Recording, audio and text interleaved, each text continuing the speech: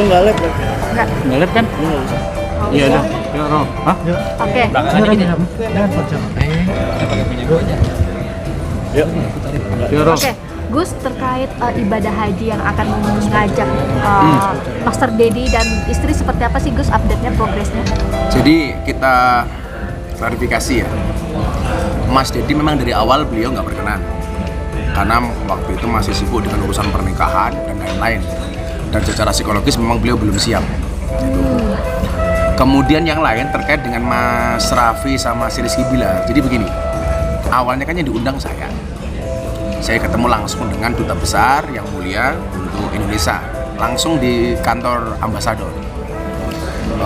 Saya diminta untuk berangkat sama istri waktu itu. Saya bilang, saya itu kan nadar. Sebenarnya kan saya nadar itu kan harus saya bayar itu.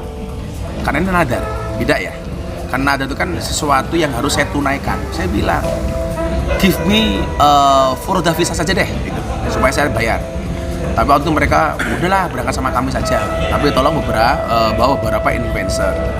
Akhirnya nama Mas Dedi sempat saya ajukan, termasuk nama Via Valen. Tapi Valen juga nggak bisa karena mau menikah bulan ini kan.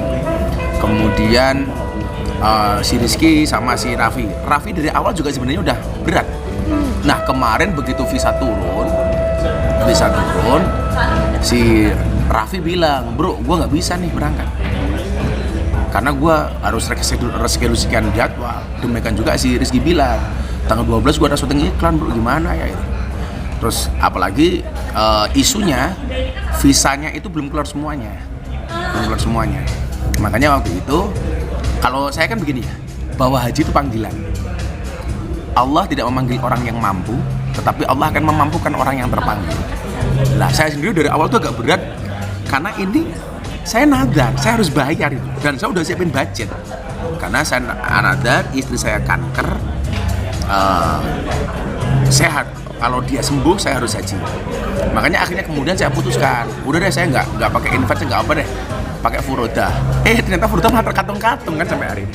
Jadi kalau si Raffi udah telepon sama gua, dia, bro, udahlah kita berangkat tahun depan, gua yang bayarin deh, lo sama istri. Gus minta sama istri. Indonesia nggak bisa dipaksakan, dan juga udah WA ke ambasador. Kemarin si Rizky Bilar juga seperti itu. Tapi kembali lagi ya teman-teman, bahwa haji itu memang tidak bisa dipaksakan, karena bagaimanapun ini panggilan Allah. Banyak orang yang kemudian daftar sampai hari ini, Ampuri itu asosiasi umroh dan haji itu semuanya stres karena ribuan jamaah yang haji khusus furodah itu belum keluar visanya sampai hari ini.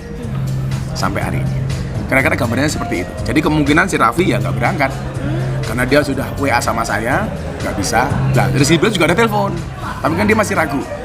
Kalau gue nggak mau, gimana dong, dia bilang. Jadi gambarannya seperti itu. Berarti dari semua para selebritis ini masih... Ya itu tadi, qadarullah, semuanya punya kesibukan masing-masing dan harus reschedule. Ya, kita juga bisa memahami.